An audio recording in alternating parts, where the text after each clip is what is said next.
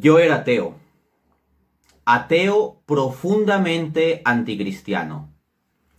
Y este es el primer libro de filosofía que leí. El Anticristo, de Friedrich Nietzsche. Inicié mi camino de adentrarme en los temas de la filosofía y la teología con el objeto de destruir la fe católica, de destruir el cristianismo. Mi perspectiva atea era fuertemente anticatólica. Y mis valores de vida, aquellos que Nietzsche, este muy conocido filósofo alemán, llamaba la moral de Amos, en su libro Genealogía de la Moral de 1871.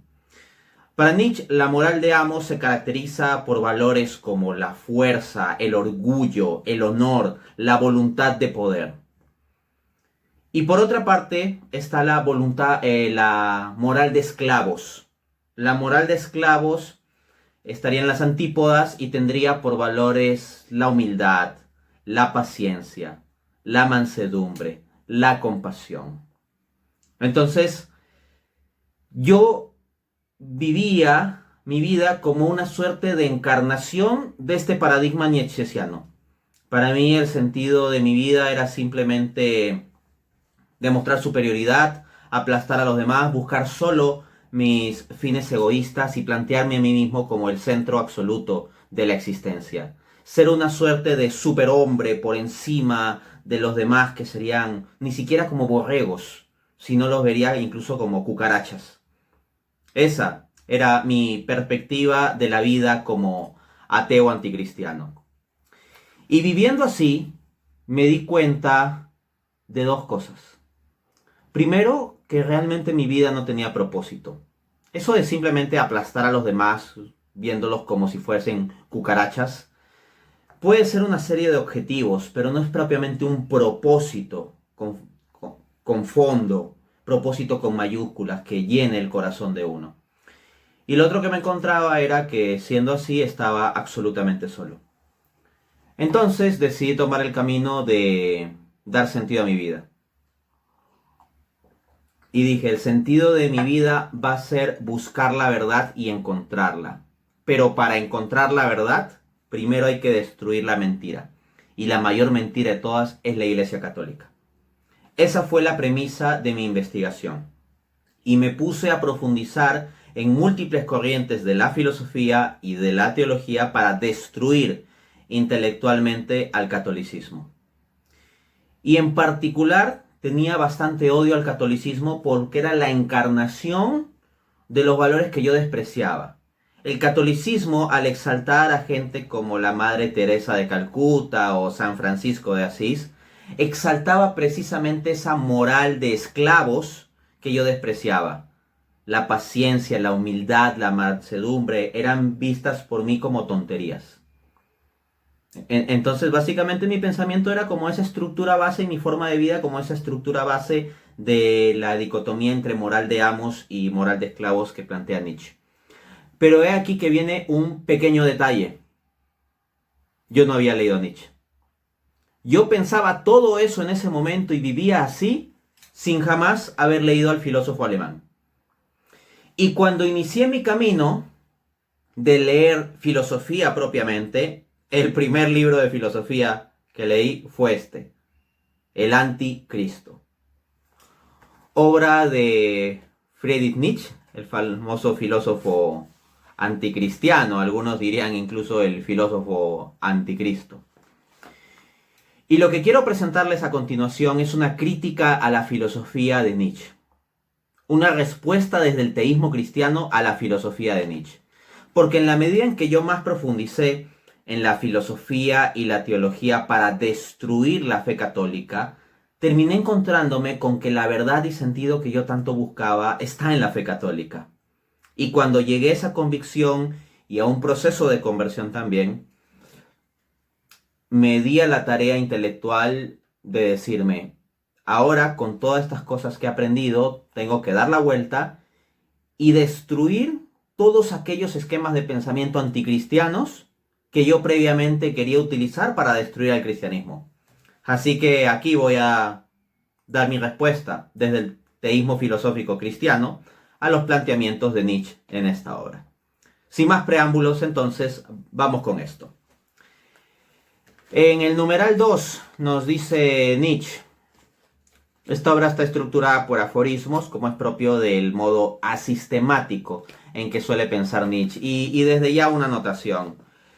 Yo no veo a Nietzsche como un gran filósofo, a decir verdad. Yo sé que sorprende mucho a muchos adolescentes, sobre todo, que leen a Nietzsche y ya como que se lo toman como su modo de pensamiento y de vida. O sea, a mí no me sorprendió. ¿Por qué? Porque yo ya pensaba y yo vivía así, pero ya me había dado cuenta de que eso fracasaba, de que eso no daba sentido, de que eso no daba plenitud. Ya en la práctica me había encontrado yo con el fracaso del modo de filosofía de Nietzsche. Y por lo tanto, cuando llegué a la teoría de Nietzsche luego, pues ya sabía que en la práctica era un fracaso. Entonces, digamos que a mí intelectualmente me pareció muy interesante leer a Nietzsche, fue algo muy interesante y lo es, ¿no?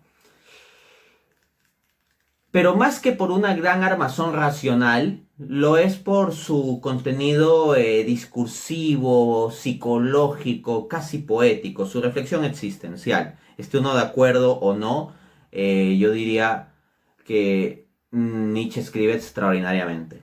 Por eso es que puede engatusar a varios también. Diría que Nietzsche es un escritor de primera.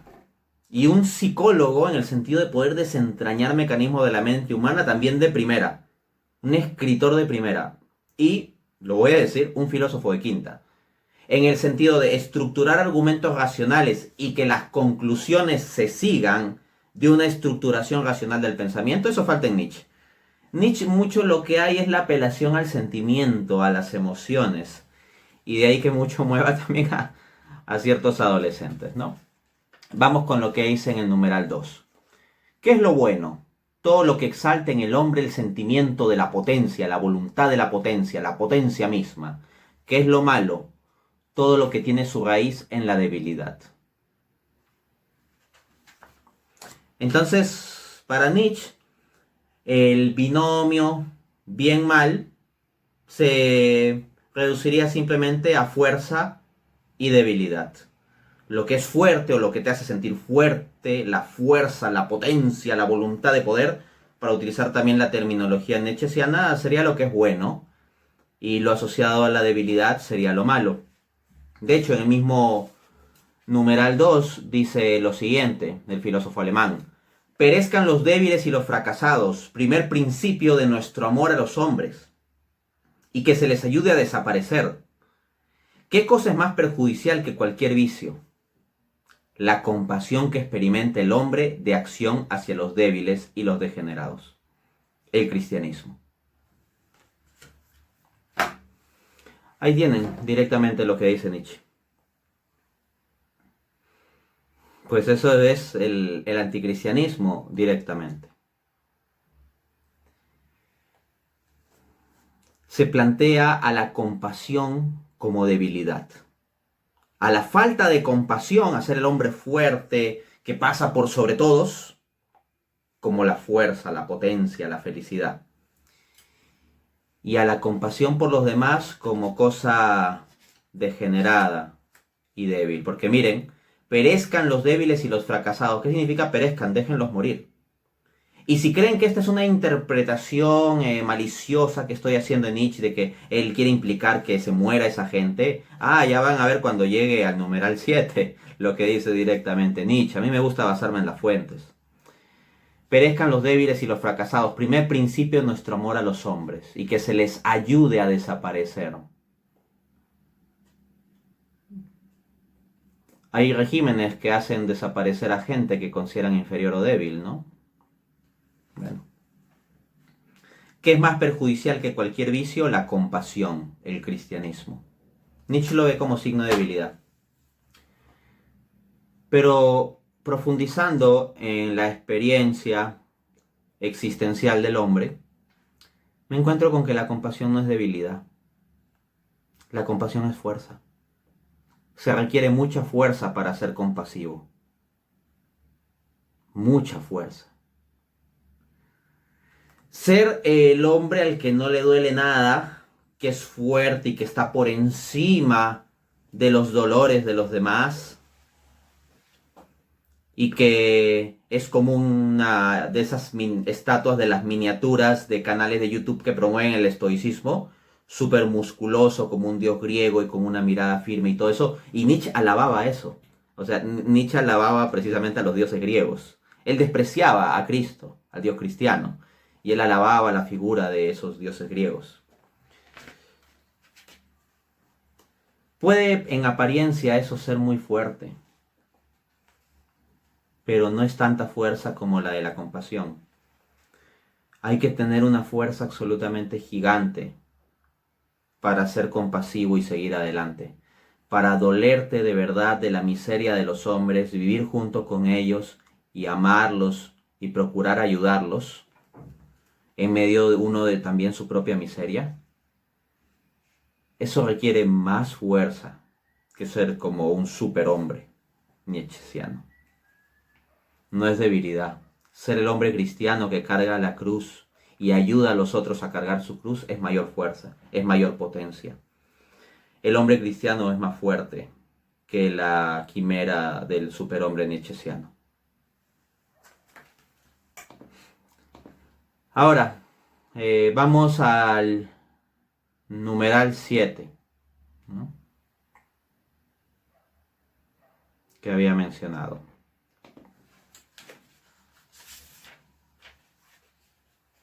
Dice Nietzsche: suponiendo que se mida la compasión por el valor de las reacciones que habitualmente provoca, aparecerá más claro todavía su carácter de peligro vital. La compasión estorba el cumplimiento de una ley de evolución como es la de la selección. Ampara lo que está maduro para desaparecer. Interviene a favor de los desheredados y de los sentenciados de la vida. Por el número y la variedad de las cosas fracasadas que ella retiene en la vida, da a la vida un aspecto sombrío y sospechoso. Se ha tenido el valor de calificar a la compasión de virtud, pero en toda moral aristocrática pasa por una debilidad. Todavía se ha ido más lejos, se ha hecho de ella la virtud, el solar, el origen de todas las virtudes. Pero no hay que olvidar que esto se ha hecho desde el punto de vista de una filosofía nihilista que inscribía en su escudo la negación de la vida. Tenía razón Schopenhauer cuando decía: la vida es negada por la compasión. La compasión hace la vida todavía más digna de lo que es, de ser negada. La compasión es la práctica del nihilismo.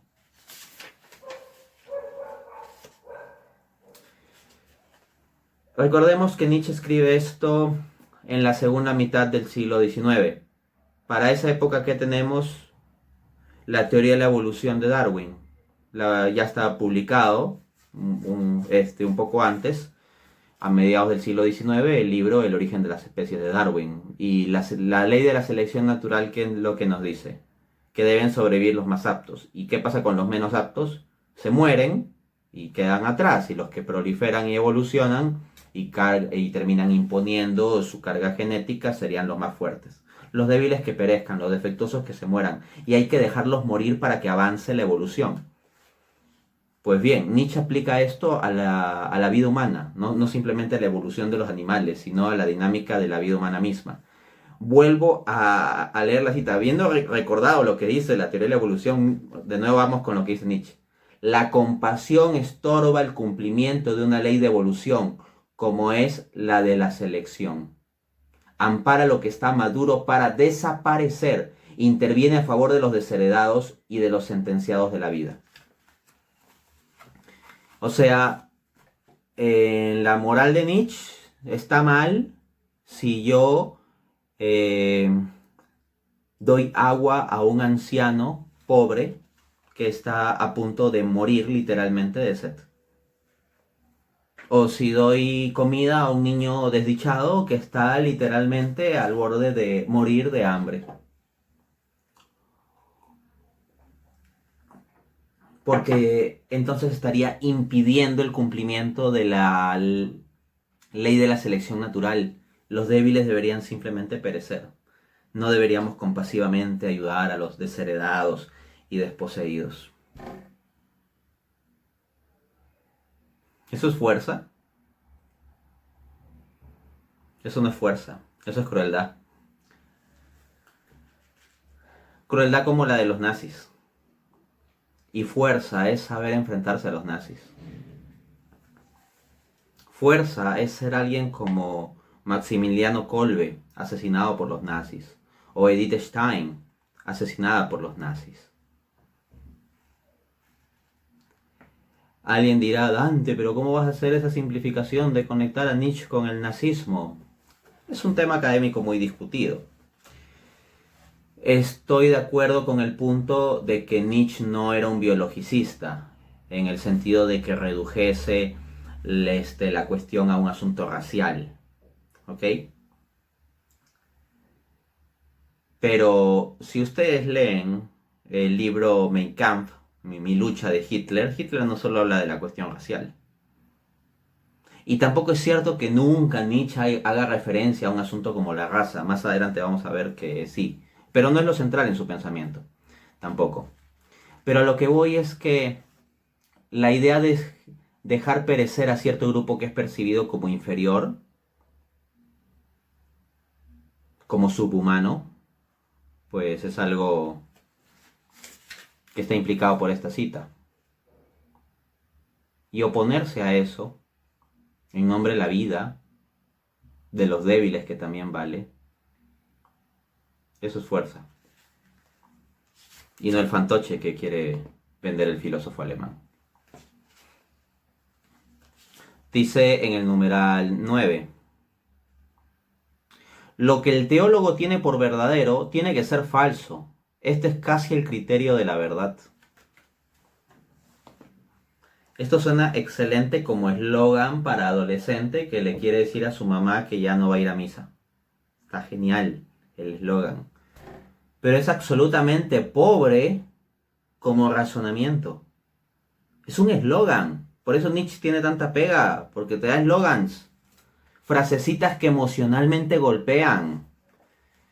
Pero vamos, o sea, por objetividad filosófica, por racionalidad, o sea, esto de decir que lo que cree el teólogo, o sea, casi por regla, tiene que ser falso, es simplemente la muestra de un prejuicio. Yo no encuentro en toda la obra de Nietzsche una demostración racional, sistemática, con premisas y conclusión que lleve a la conclusión de que Dios no existe o que el cristianismo es falso. No encuentro eso en toda la obra de Nietzsche. Lo que encuentro en la obra de Nietzsche es un montón de críticas a los cristianos, de la hipocresía, de los supuestos efectos sociales, psicológicos, existenciales, perniciosos del cristianismo. En suma, lo que yo encuentro al final en este libro es un berrinche de que el cristianismo es feo, feo, feo, malo, malo, malo.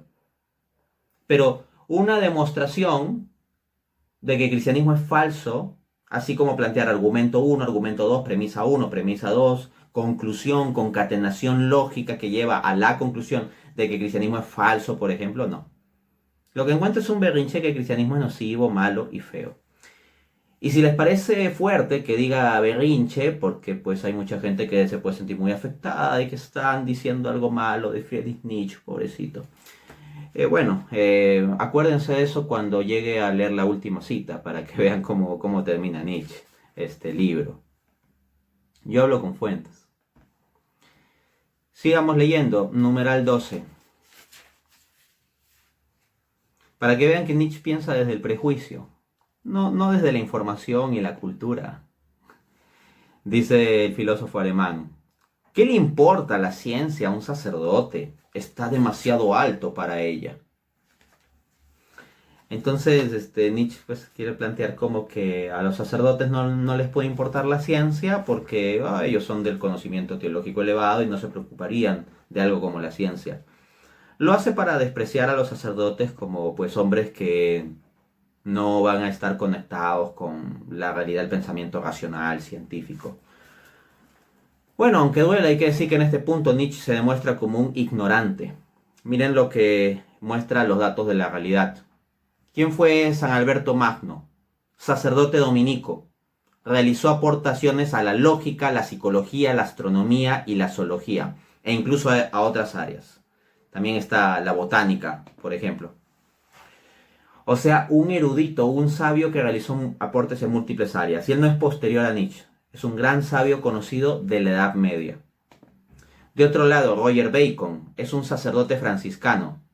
¿Y se acuerdan que Nietzsche decía que un sacerdote como que se siente muy por encima de la ciencia?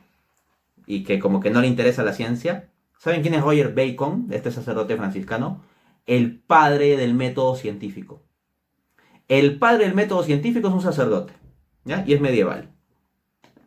Luego tenemos a Nicolás Steno, sacerdote danés, considerado el padre de la geología.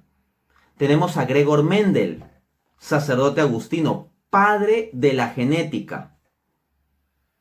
Entonces acá tenemos tres padres. Es como que a Nietzsche lo tienen de hijo, ¿ah? O sea, tenemos el padre del método científico, el padre de la geología, el padre de la genética. O sea, padres de ramas del saber científico o ciencias enteras o hasta del método científico. Y me viene a decir Nietzsche estos eslóganes de adolescente, de que, ¿qué le importa la ciencia a un sacerdote? Pues está bonito como eslogan de adolescente para protestar contra la religión, pero en términos de la evidencia auténtica de la historia, de la realidad de las cosas, no pasa la prueba.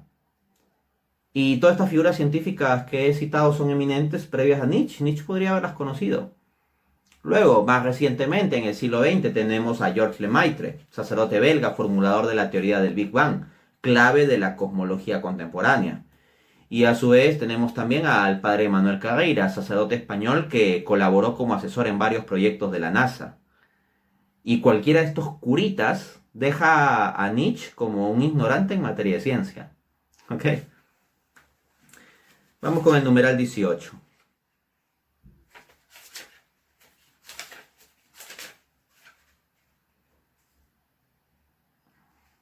Dice el filósofo alemán.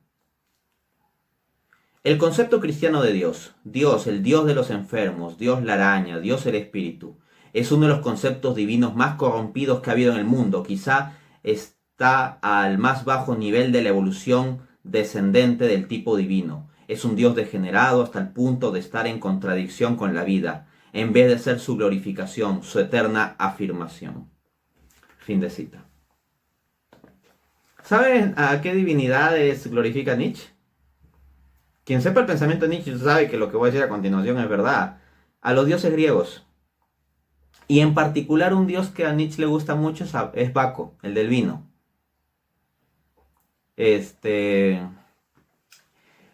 Nietzsche tiene también mucho aprecio por la figura de Zeus. O sea, ¿qué son los dioses griegos? Adolescentes con superpoderes. ¿Quién ha leído la mitología griega? ¿Han visto los arranques de Zeus, por ejemplo? ¿No? Que no controla sus pasiones, sino que es controlado por sus pasiones. Parece un puberto de 13 años, Zeus, solo que con superpoderes y capacidad de lanzar rayos. O el resentimiento de Hades y cómo vive movido por resentimiento. Son dioses esclavos de sus pasiones. Si Nietzsche a eso le llama la plenitud de la vida, pues bien, hay un montón de gente que se la pasa en el mundo de, por ejemplo, de esas pasiones desenfrenadas y no tienen plenitud de vida, son los que viven como muertos cuando vas y hablas con ellos realmente y ves cómo están por dentro.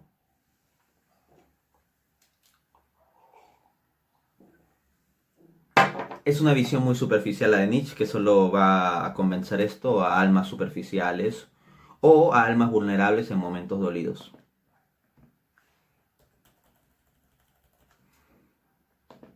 ¿Les parece duro lo que digo? Pues bueno, qué pena. Supuestamente Nietzsche es el que forma gente dura, ¿no? Y los cristianitos somos los débiles. Bueno, entonces algo que diga un cristianito débil no debería dolerte a ti, nietzscheano duro, ¿no? Sigamos. Hablo fuerte, sí, y es que como dice San Pablo en 2 Timoteo 1:7, Dios no nos ha dado espíritu de pusilanimidad o cobardía, sino de fuerza, de amor y de dominio propio. Numeral 19, dice Nietzsche. ¿Se acuerdan de que seguro salen los que van a decir, Dante, ¿cómo puedes conectar a Nietzsche con el nazismo? Yo no digo que Nietzsche sea idéntico con el nazismo, pero de que hay correspondencias, paralelos o hasta conexiones, o sea, es una tesis académicamente muy bien argumentada. Ya sé que hay académicos que se oponen a esa tesis también, o sea, es un tema de debates entre académicos, pero, o sea, conectar a Nietzsche con el nazismo, o sea, es algo que es perfectamente factible para un bando del debate académico y tiene sus fuentes. Ahora, lo que normalmente se replica es que Nietzsche no se fijaría en esos asuntos de la raza. Pues miren lo que dice el numeral 19. El que las razas del norte de Europa no rechacen al Dios cristiano es cosa que verdaderamente no honra su don religioso, por no hablar de su gusto. Debieron acabar con ese producto de la decadencia débil y enfermiza. Por no haberlo hecho pesa sobre ellas una maldición. Absorbieron en todos los instantes la enfermedad, la vejez y la contradicción. Desde entonces no han vuelto a crear dioses. Casi 2000 años y ni siquiera un dios nuevo. ¿Saben de qué se está lamentando Nietzsche? De que Europa, las razas del norte de Europa, esos hombres fuertes tipo vikingos, que a él le gustaba ese tipo de guerrero, tipo vikingo, fuerte, o como espartano, era la figura de lo que debe ser el hombre para Nietzsche. Pues bien, a Nietzsche le frustraba que esos hombres que creerían en los dioses de los vikingos, en Odín, Thor, que creerían en los dioses griegos, en Júpiter, en Zeus, si sea que queramos tomar la nomenclatura romana o la nomenclatura griega, la idea es esta de estos dioses así como que fuertes y todo eso, ¿no? Entonces Nietzsche ve como algo deplorable que las razas de Europa, que son razas fuertes, tipo vikingo, como digo, hayan venido a creer en algo débil como el dios judeocristiano. Y digo aquí a propósito judeocristiano, porque ¿de dónde viene esta visión? Previo desde el judaísmo. Entonces es curioso porque Nietzsche siente que los hombres europeos tenían unos dioses en el mundo clásico grecorromano, más o menos acorde a los valores de la vida y la potencia de la vida, tal como la conceptuaba él, y que con el cristianismo vinieron en decadencia, o sea, como que eso debilitó su poder como pueblo, como raza.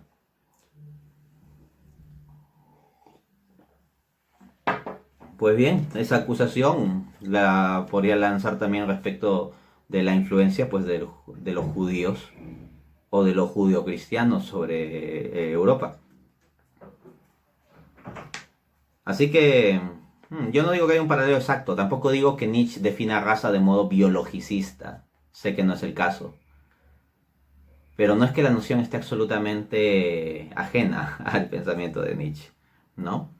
Pero Nietzsche acá se hace una pregunta interesante, él dice, casi 2000 años y ni siquiera un nuevo dios. Efectivamente, o sea, en las culturas antiguas se creaban dioses nuevos, o sea, cada 2 años, si no es que cada 2 días. El dios del arroz, el dios del pan, el dios del trueno, etcétera. ¿Y cómo es posible que hayan pasado 2000 años y no hay ni un dios nuevo? ¿No será que se habrá encarnado precisamente el dios verdadero?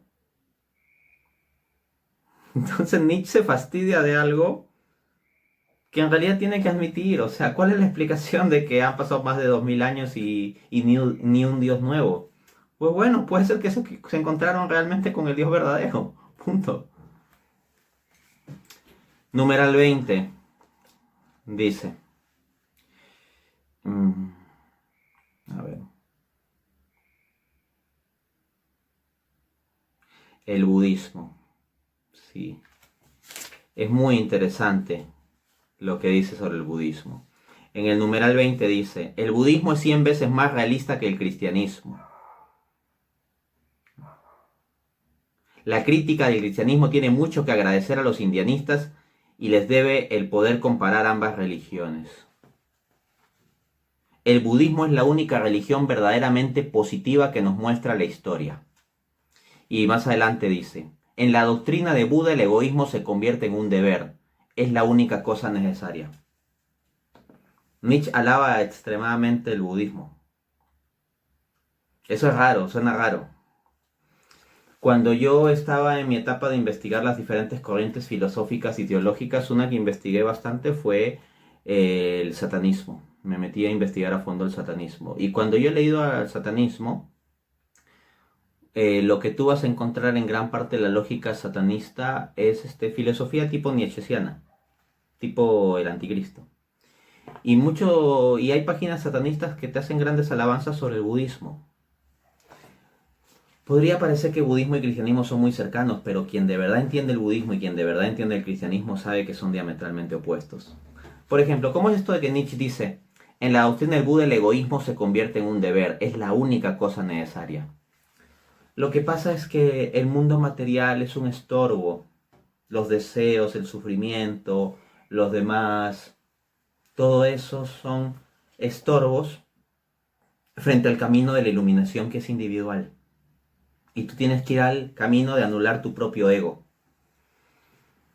Que pocas cosas hay tan egocéntricas como meterse en el camino de anular uno mismo su propio ego.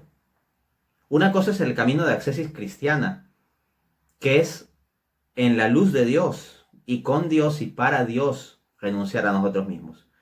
Y otro caso, el camino budista, en donde uno se centra en sí mismo egocéntricamente para destruir su ego. Es la paradoja, ¿no? Entonces termina siendo una religión egoísta. Y si a algún budista le duele que diga que el budismo es una religión egoísta, vaya y quéjese con Nietzsche. Nietzsche lo está diciendo. Me parece que Nietzsche hace un correcto diagnóstico allí.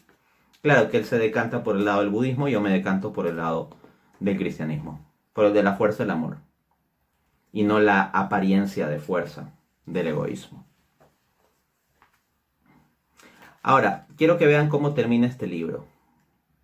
Este libro termina básicamente con un berrinche, dice Nietzsche, en el numeral 62. Quisiera fijar en todas las paredes esta acusación eterna contra el cristianismo, pegarla donde quiera que haya una pared. Tengo letras que hacen videntes hasta los ciegos. Llamo al cristianismo la única gran calamidad, la única gran perversión interior, el único gran instinto de odio para el cual no hay medios demasiado venenosos, demasiado subterráneos, demasiado ruines. Le llamo la única inmortal deshonra de la humanidad. Y se mide el tiempo contando a partir del día nefasto que fue el comienzo de este destino, a contar desde el primer día del cristianismo. ¿Por qué no ha de medirse a contar desde su último día? A contar desde hoy. Transmutación de todos los valores. O sea, acá Nietzsche está haciendo un berrinche de que no le gusta que la historia se cuente a partir de Cristo. Y lo que él quiere es que la historia se cuente a partir de su librito. De que uno termina de leer su librito y dice, wow, sí pues el cristianismo es la única gran deshonra de la humanidad. Estoy citando textual, ¿no? La única, la inmortal deshonra de la humanidad. Así que, no, la nueva historia tenemos que iniciarla dando la espalda al cristianismo. Eso es un berrinche, o sea, incluso si tuviésemos un filósofo anticristiano, que hay filósofos anticristianos mucho más racionales y razonables que Nietzsche, no van a decir que el cristianismo es la única gran deshonra de la humanidad. Dirán que es la principal, la más grande tal vez, o una de las más grandes, y tal vez son, así como anticristianos, también fuertemente antimusulmanes. Filósofos racionalistas coherentes, así como es sumamente anticristiano, debería ser antiislámico. Por ejemplo, el pensador, no es propiamente filósofo, ateo Richard Dawkins, al menos en este punto, resulta bastante más racional que Nietzsche. Richard Dawkins, furibundamente ateo, no solo es crítico del cristianismo, sino también del Islam, por ejemplo. Yo no estoy diciendo que Nietzsche no critique el Islam, pero el punto es que si Nietzsche también tiene críticas al Islam y a otros aspectos, ¿cómo es que acá se suelta diciendo que el único problema del cristianismo es que eso ya no es razonamiento? Eso son emociones, eso es un eslogan, eso es un berrinche. Y bueno, o sea, yo ya no soy adolescente, ya estoy adulto, no... O sea, está muy interesante como eslogan y muy pobre como argumentación el libro. Así que si queremos razonar de verdad, vamos a encontrar la veracidad del cristianismo. No es objeto de esta conferencia desarrollar toda la apologética a favor del cristianismo. Tengo toneladas de artículos, libros y videos donde doy múltiples argumentos racionales con ciencia, filosofía, historia y múltiples fuentes académicas a favor de los diversos puntos del cristianismo. Pero de eso se trata, de dar una argumentación, no de formular simplemente emociones en contra de lo que no te gusta. Muchas gracias. Muchísimas gracias, Dante. Interesante escuchar un poco sobre Friedrich Nietzsche. Aquí, bueno, aquí le decimos como Nietzsche, ¿verdad? Como tal. Y sí recuerdo algunas cositas que en algún momento universitariamente pues uno lee de él. Y efectivamente todavía hay muchas personas, ¿verdad? Que lo sostienen como modo de operar su propia vida, ciertamente, ¿verdad? Dante, mencionabas al puro principio, yo era ateo, dijiste, ¿no?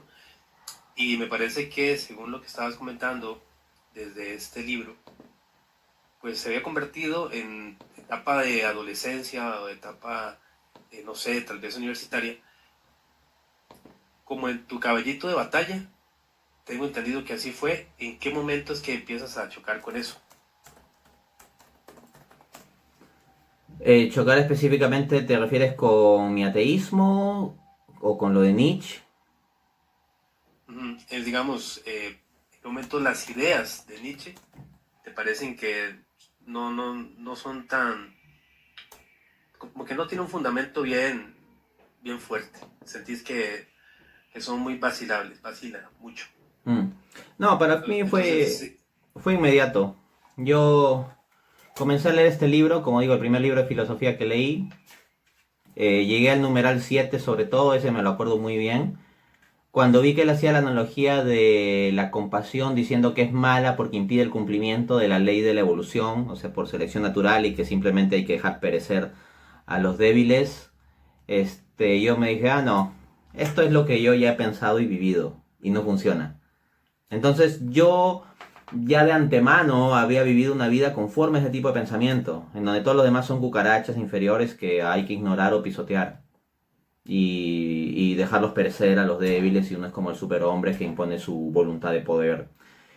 Eh, en consecuencia, como yo ya me había encontrado con el sinsentido de ese tipo de vida, al leer a Nietzsche me pareció muy curioso encontrar por escrito la forma en que yo vivía antes y al mismo tiempo ya sabía que no funcionaba, ¿no? Entonces, digamos que yo ya estaba vacunado contra este virus. Considera, Dante, que el ateísmo tiene varias caras. No existe una posición universal como ateos. Le cuento que hace un par de años quizás venían en un Uber, ¿verdad? Y no sé por qué sale la conversación y el señor que va manejando me dice que él es ateo. Yo le escucho, empezamos una conversación ahí más o menos interesante cuando él se deja decir que como ateo, él siente que la vida, así lo dijo, que la vida de una hormiga es exactamente el mismo valor que el de una persona. Lo había comentado él. ¿Eso es así, Dante, tan radical o depende de visiones? No necesariamente todo es como universal. Hay todo tipo de ateos. En principio, los ateos deberían compartir la proposición de que Dios no existe, pero hay que decir que hay incluso quienes se dicen ateos, pero como no tienen razones para justificar la proposición Dios no existe, dicen no, ser ateo es simplemente la negación de la creencia en Dios, o sea que hasta siendo agnósticos podrían ser ateos en tanto no tienen una creencia positiva en Dios, ¿no? Entonces, ni siquiera sobre esa proposición se pueden como abarcar en conjunto, pero tomando en principio que el ateísmo sería la postura filosófica de afirmar que Dios no existe, pues sobre esa base igual hay, claro, varias perspectivas de ateísmo. Hay ciertos enfoques raros de ateísmo que plantean la existencia, por ejemplo, del alma, ¿no? Como inmaterial y todo eso, y a mí me parece una cosa bastante curiosa. Hay los ateos que son puramente materialistas, e incluso dentro del materialismo existen niveles y distinciones. Hay desde el materialismo más simplón, como lo que formulaba este filósofo ateo Feuerbach, que decía el hombre es lo que come. Así, o sea, un reduccionismo materialista, así. El hombre es lo que come. Punto. ¿No? Entonces, donde uno es casi pues un pedazo de carne y ya. Pero hay otras formas de ateísmo diversas, ¿no? También hay ateos que niegan la existencia del libre albedrío. Entonces, si solo somos materia, no tenemos libre albedrío, no tenemos nada que ontológicamente nos distinga de forma sustancial respecto de una hormiga, de una cucaracha o de una piedra, claro, se podría decir que hay el mismo nivel de dignidad, por decirlo así, o de falta de dignidad. Entonces, hay en el ateísmo también pues una pluralidad sobre esto. Hay los que abiertamente van a afirmar estas cosas así fuertes y hay otros que van a ser como un poquito más recatados o van a tener un poquito más de vergüenza. Quiero darles un ejemplo de una afirmación absolutamente indignante y desvergonzada que hace un famoso filósofo ateo francés. Acá se las muestro. Cito esto en mi libro ¿Cuál es la religión verdadera? En la página 30, este filósofo Michel Onfray tiene un libro que se titula Tratado de Ateología, Física de la Metafísica, editorial Anagrama, Barcelona 2006, página 66. Miren, acá está. Basta con citar las palabras del ateo Michel Onfray, acérrimo partidario del determinismo conductista. O sea, lo que él sostiene es que la conducta del hombre es simplemente determinada por un conjunto de factores donde el libre albedrío no jugaría ningún rol. O sea, no habría realmente una decisión por libre albedrío. Seríamos una determinación materialista, simplemente. Pero miren las implicancias, porque él las dice completas. Y en lo que dice, realmente serían las implicancias, pues. Miren lo que va, pero él lo dice sin vergüenza. Acá cito. Quien se queja encarnizadamente de que los tribunales de justicia actúen, y voy a citar ahora las palabras de Onfray. Y ojo, si ustedes revisan la obra de Onfray, Onfray se está quejando de esto. Dice Onfray, los tribunales de justicia actúan de acuerdo con esta metafísica.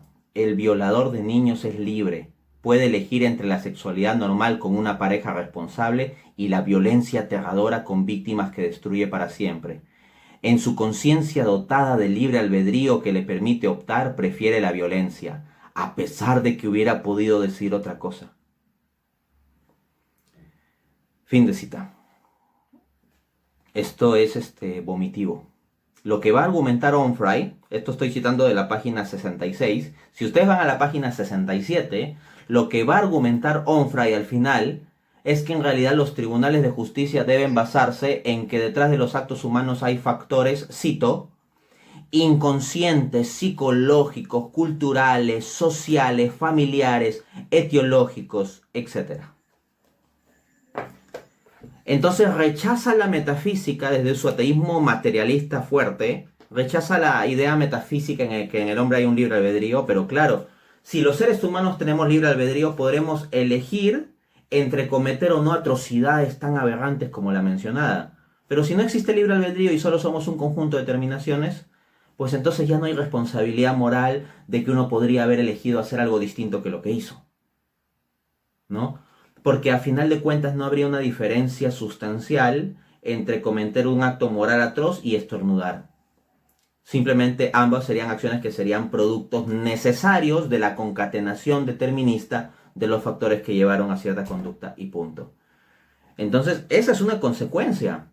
Y ese ateo tiene la desvergüenza, pero al mismo tiempo la sinceridad de afirmar esa implicancia de su sistema, esa horrible implicancia de su sistema, ¿no? Yo creo que afirmar cosas como esa muestra que obviamente tal tipo de sistema es falso. Pero no todos los ateos se aventurarían a afirmar algo así. Aunque quién sabe si serían coherentes o no en eso, ya esa es otra discusión.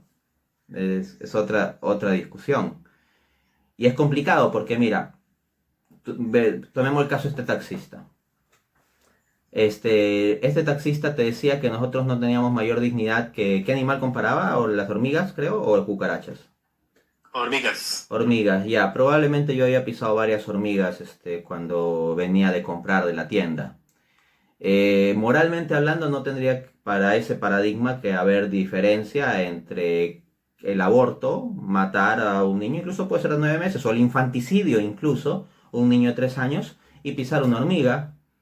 porque no hay diferencia cualitativa sustancial entre uno y otro, ¿no? Entonces, hay las implicancias.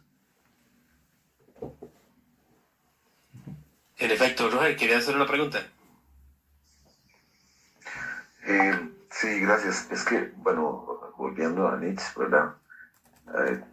Había hecho algunos apuntes donde más o menos era como su filosofía central, ¿verdad? Que Dios es una creación humana, un soporte emocional, que la moral cristiana es una moral de esclavos, que reprime la vida, exalta la debilidad. La cruz es símbolo de derrota, no de grandeza, que el hombre debe superar a Dios para convertirse en un superhombre, que son, bueno, puntos que ha tratado ya Dante.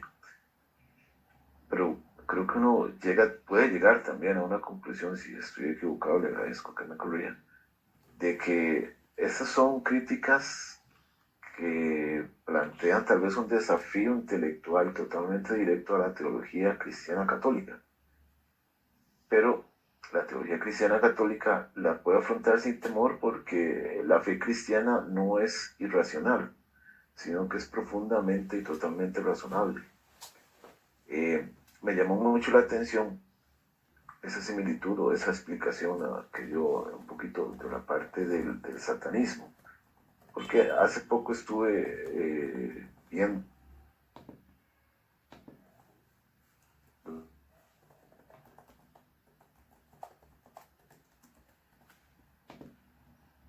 prácticamente eran cuestiones que tienen que ver con esta filosofía, pero me llamó mucho la atención porque era algo que lo enfocaban totalmente a la parte egocéntrica, narcisista, a que yo no le hago daño a nadie si no me hacen daño a mí. Y muchas de sus ideas van como por esta línea, van como hacia esto mismo de esta filosofía. Entonces me llama la atención que hay como una similitud entre esto que nos acaba de explicar con esas, no sé si llamarles tendencias o ideas que actualmente se están dando mucho en ciertas partes de nuestra sociedad o en ciertos lugares. Entonces tal vez me gustaría si pudiera abarcar un poquito más sobre eso, si realmente usted también lo ve como algunas similitudes que van por ahí, o es simplemente algo que es una simple, no sé, que es muy parecido, pero no. Las similitudes de la filosofía de Nietzsche ¿con qué? ¿Con el satanismo se refiere? Con el satanismo, sí, correcto. Bien. Efectivamente, hay conexiones, ¿no? Que se dan entre el satanismo y la filosofía de Nietzsche. Muchos satanistas, cuando uno escucha el modo de pensamiento que tienen, más allá de las cuestiones que podamos decir pues de brujería o algo así, hay mucho de lo nietzscheano. También hay que decir que en el satanismo hay distintas ramas, o sea, hay desde los que directamente adoran a Satanás hasta los que te dicen que no, que ellos no adoran a Satanás, que lo ven como un modelo del que afirma su libertad rebelándose contra Dios, pero que en el satanismo cada uno se adora a sí mismo, pero que no adoran a Satanás. Claro que adorándose a sí mismo terminan adorando a Satanás también, o sea, sí, sin darse cuenta, o sea, de forma directa o indirecta terminan en lo mismo. Pero, a ver, por citar una referencia, miren, justo por acá la estaba ubicando. Este artículo lo encuentran con el título Satanismo o el nacimiento de una filosofía de la liberación, de Pablo Manuel Arenas López. Y nos dice lo siguiente. Antes de nada, lector, no se asuste sobre el título del artículo, pues esto de satanismo tiene todo menos de satanismo tradicionalmente hablando. El concepto usado con gran frecuencia a partir de la segunda mitad del siglo XX en los Estados Unidos hace referencia a la construcción de una ideología, un pensamiento filosófico que tiene sus raíces en el pensamiento de Friedrich Nietzsche.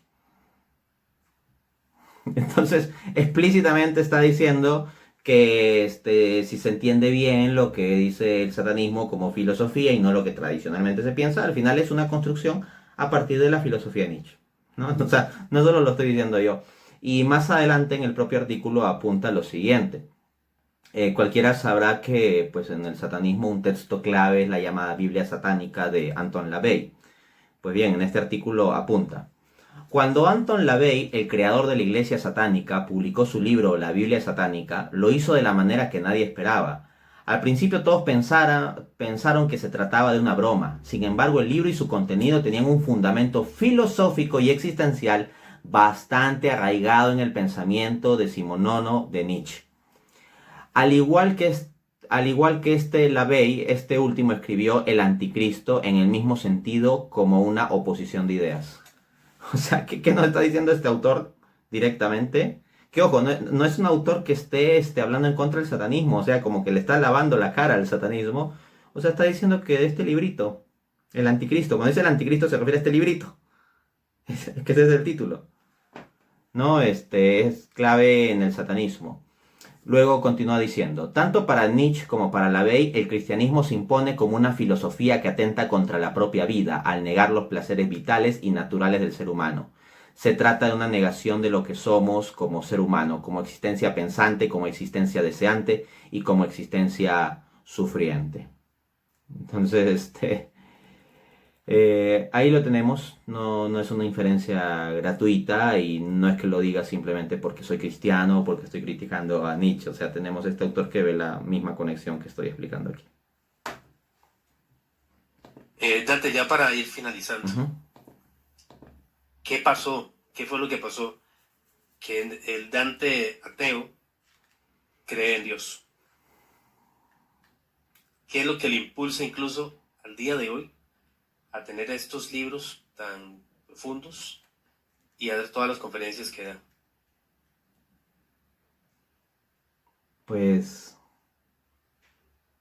lo único que puedo decir que me impulsa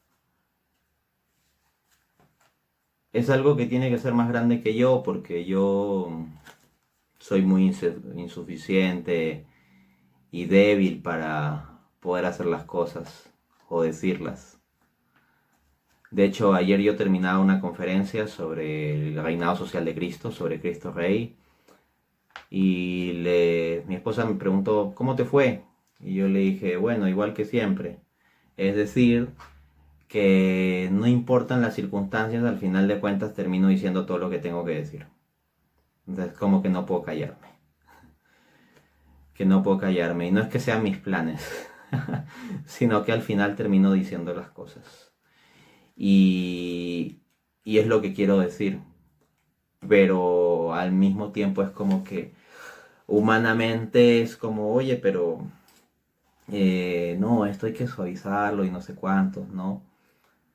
Pero a la hora siento un impulso de decir: hay un mensaje que hay que dar, aunque sea fuerte, aunque no guste, aunque choque, hay que darlo.